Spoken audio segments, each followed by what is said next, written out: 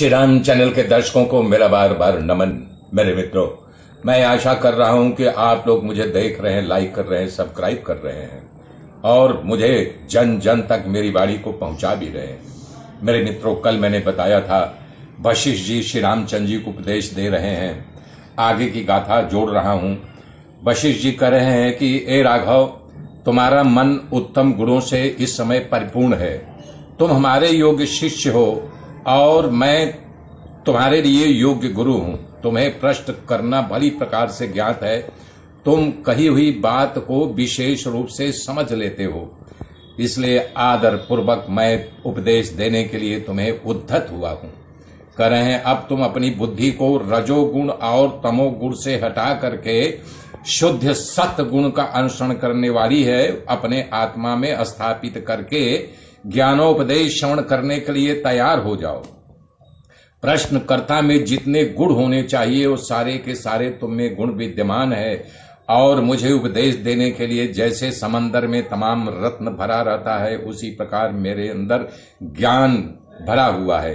बस जैसे चंद्रमा की किरणों से संपर्क में आने से चंद्रकांता मणि अपने आप खिल उठती है, उसी तरह से तुम हमारे उपदेश को सुनने के लिए, ज्ञान प्राप्त करने के लिए उत्पन्न हुए वैराग को प्राप्त हो चुके हो। तुम सर्वदा शुद्ध हो।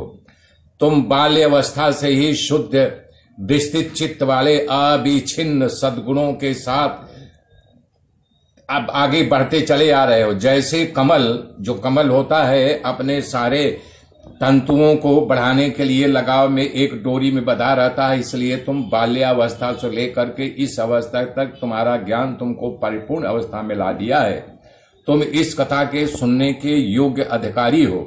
इससे सावधान होकर के इस कथा का उस परम पद से संबंध रखने के लिए जिसका साक्षात्कार हो जाने पर फिर कभी वो लौकिक दृष्टियों में, वो भूल भुलैया में नहीं फंसता है।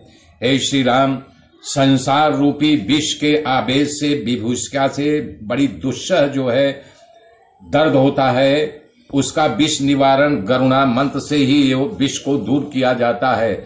और इस विष का गरुणा मंत्र जो है ये ब्रह्म का स्वरूप, ये वही है कि जो हम तुम्हें उपदेश दे रहे हैं इस संसार विषूचिका से पार जाने के लिए यही गरुण मंत्र है। वो ही परमार्थ ज्ञान का मूल मंत्र है। सत्पुरुषों के लिए सत्शास्त्र अनुशीलन करने के लिए ये कहना चाह रहे हैं कि सत्शास्त्रों का पठन पाठन और सत्संग, सत्य का संग करो। निसंदेह तुम्हें उस योग्य की प्राप्ति हो जाएगी। शास्त्र चिंतन करने पर इसी जन्म में अवश्य ही संपूर्ण दुखों का समूल विनाश हो जाता है, ऐसे मानना चाहिए।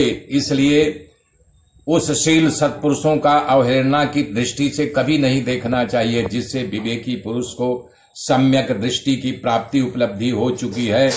वो कभी भी उनसे अपना दुख दर्द निवारण करने के लिए नहीं, उनसे ज्ञान प्राप्त करने की उपेक्षा रहनी चाहिए। मानसिक व्यथाओं से परिपूर्ण इस संसार के अनुराग का परित्याग करके संताप रहित हो जाता है। उसका अंतःकरण शीतल हो जाता है, जो संपूर्ण विनोद पूर्वक इंद्रजाल सा दिखता है।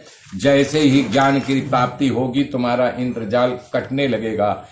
आप लोग भी जादू का खेल देखे होंगे, वो कोई मतलब की खेल नहीं होता है, कुछ नहीं होता है। वो एक इंद्रजाल जैसे वो रच देता है जो सत्य सा प्रतीत होने लगता है। परंतु उस सम्यक दृष्टि से देखने के बाद यदि जो जादूगर खेल दिखा रहा है, लगातार देखने पर समझ में आने लगेगा ये कैसे दिखाया जा रहा है। तो ऐसे ही बताना चाह रहे, संसारा अनुराग बड़ा ही कष्टदायक है। जो संसार को अपना बांध बैठा है, ये मैं हूं, ये हमारा है, ये तेरा है, ये तू है, ये बड़ा कठिन दुष्कर दुख वाला है। ये अनर्थ की आशंका किए बिना मोम बस विषयों में फंसे हुए पुरुष सर्प की तरह डस लेते हैं। कह रहे हैं जो विषय में फंसा हुआ है वो पुरुष को नाग बन करके एक एक डंक मारता रहता है। कभी मोह, कभी माया, कभी धन, कभी दौलत, कभी रोग, कभी कुछ, यानी कि ये मृग जाल जैसे दिखाई देता है। वो भाले के समान जो है वेदना देता रहता है। वो ऐसे बांध देता है कि जैसे रस्सी में किसी जानवर को बांध दो के समान जला देता है, रात्रि के समान अंधकारमय बना जाता है। सिर पर गिरे हुए पत्थर से जैसे आदमी मूर्छित हो जाता है, उसी तरह ये विचार शक्ति के द्वारा काटा जा सकता है। कह रहे विचार बिना किए कोई काम नहीं करना चाहिए, बिना विचारे जो करे सो पाछे पछताए, काम बिगाड़े आपने जग में होत हंसाए। इसलिए विचार पूर्वक कोई काम करना चाहिए, मर्यादा पूर्वक विचार करना चाहिए, जिससे मर्यादा का विनाश न हो। ये विषय भोग रूपणी विभूषिका है, ये नरक से भी दुस्तर है। जीते जी हमें आपको नरक का अनुगामी बना देता है। कह रहे यदि ये इसकी चिकित्सा अभी नहीं की गई तो ये रोग बढ़ता ही जाएगा। रोग क्या है?